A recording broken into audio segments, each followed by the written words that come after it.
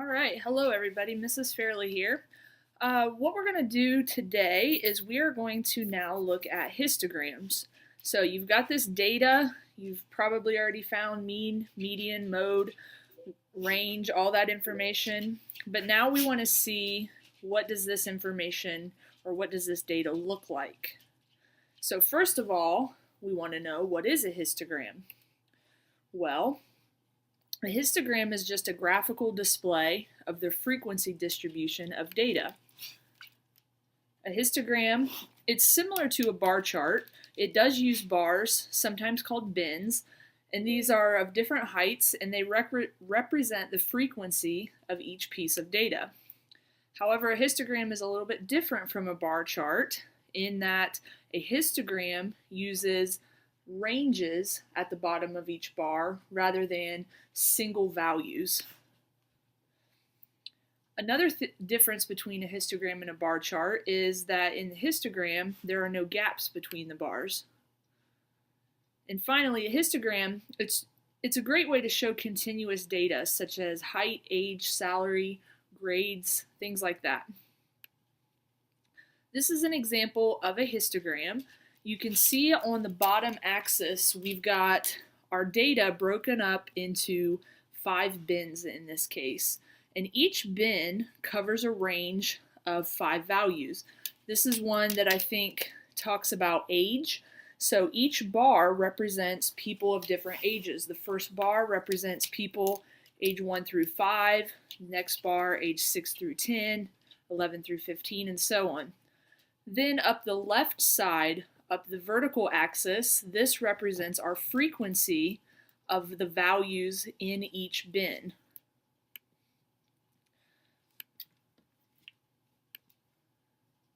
So we want to now make a histogram. So first of all, we're going to start with a set of data, which I'll give you here in just a second. And what we want to do first is we want to determine the appropriate range that you would like to use for your bins. You also need to determine how many bins that you want to use. There's no real set way to choose that. You want to just make sure though that your bins are not too small, but you also don't want your bins to cover too large of a region either. Once you have that determined, you'll go through your data and you'll tally the frequency of each entry into the corresponding bin. You'll then use this tally to construct your bar for each range. Okay, everybody, what we're going to do now is I'm going to show you how to construct a histogram by hand. So, what you'll see on your screen is I have a data set. This represents the age of people attending a town meeting. So when you look through the data, the first thing that you're going to do is you're going to look for your high and low values. And we want to do this because we're trying to come up with an appropriate range that we can use for our bins. And I notice here I have a low value of 22, and it looks like I have a high value of 91. So I need to go somewhere between 20 and 100. So the way I'm thinking is I will probably count by tens, and I will start with 20 to 29, 30 to 39, 40 to 49, and so on. And you get the idea. I just want to make sure that I cover all of my values. So I'm going to go up to 99.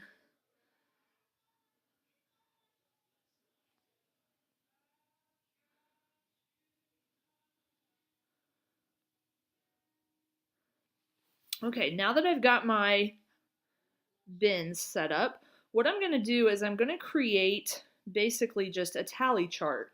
So using my ranges that I have set here, I'm going to go through my data set and I'm going to tally up how many values are going to go in each bin.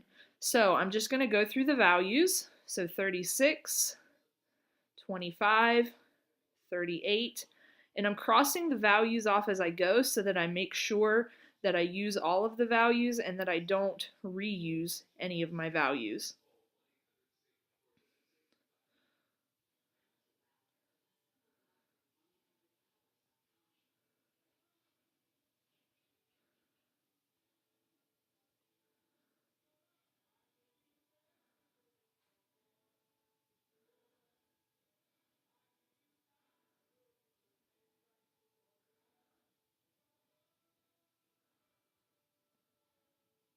Okay, so I've used all my values. I've got my frequency for each bin.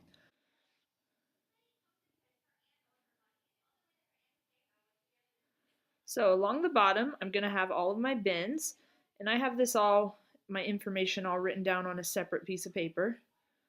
And I would suggest you do the same.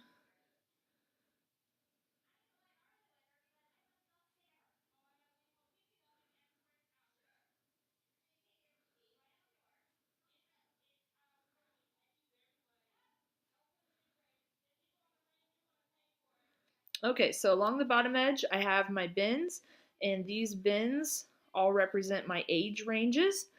And what I'm going to do is then up my vertical axis, I'm going to have my frequency. So looking at my tally chart, it looks like my largest frequency was 5. And for my first bin, 20 to 29, I have a frequency of 2. So I'm going to have this bar go up to 2. Then let's see, my next bar, I've got 4.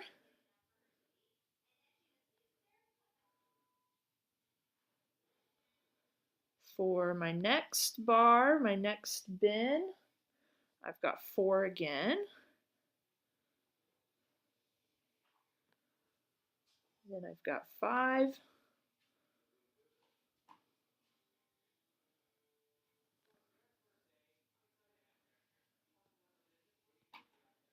My next bin has 3.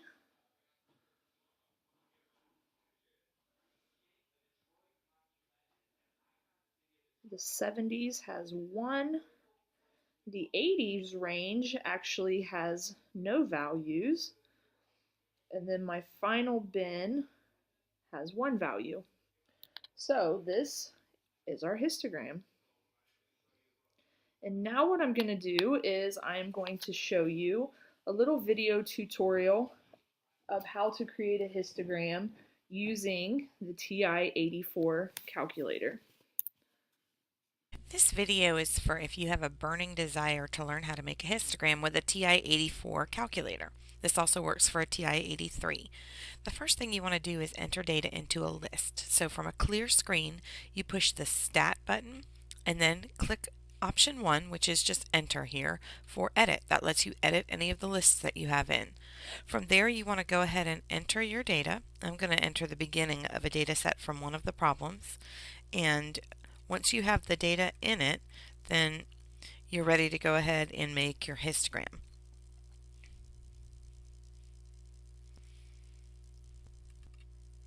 Okay, I paused for a second just so that I could enter the rest of my data without using up video time.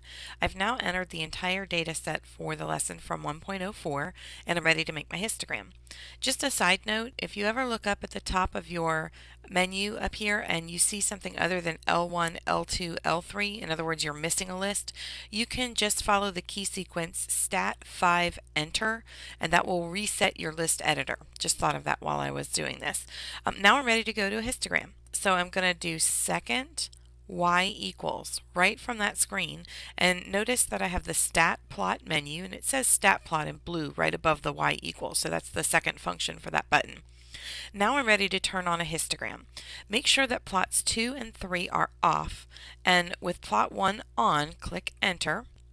If plot 1 was off, at this point you could use your right arrow to put the cursor on top of on and click enter, and that would turn the plot on. You have to use your down and up arrows to go back and forth between these 4 categories, and then once you get into a category you can use left or right to move around. So I'm going to arrow down to the type category and I'll arrow right. Now notice that the cursor was already on the histogram because it was already surrounded by a little black box. I'm going to go ahead and hit enter anyway, but now I have a histogram selected.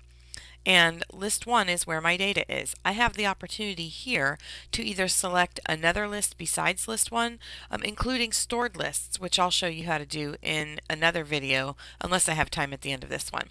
Frequency will always default to 1 unless you're doing some other type of graph like a cumulative graph where you need bin widths on the x-axis and then your actual counts on the y. But for right now, this is how it should look. And you're going to do zoom 9. That's always the statistics zoom because it'll fit all of your data into the window. But this is not how we want our histogram to look. Texas Instruments has built into their programming a crazy way of scaling the axes for histograms. So you always want to take the extra step of closing or clicking on the window settings menu, and then you're going to want to know what is your minimum value in the data and what is your maximum value, and then you're going to choose to create a value below your minimum and above your maximum that's divisible by a certain number, integer, to create the number of bins that you want. And we usually want 7. So my data goes from 73 to 193, and I've already pre-calculated that if I choose 65 and 205, the difference between those two is 140, which is divisible by 20 to make 7 bins. So if I choose 20 here, all I have to do is change that, and then I can click the graph button, and now I have the histogram that I'm looking for. That's not a set in stone way of doing that. You can choose other numbers and create the histogram that you want, but you do want to make sure that you're looking at somewhere between 5 and 15 bins, with an ideal being in the neighborhood of 7.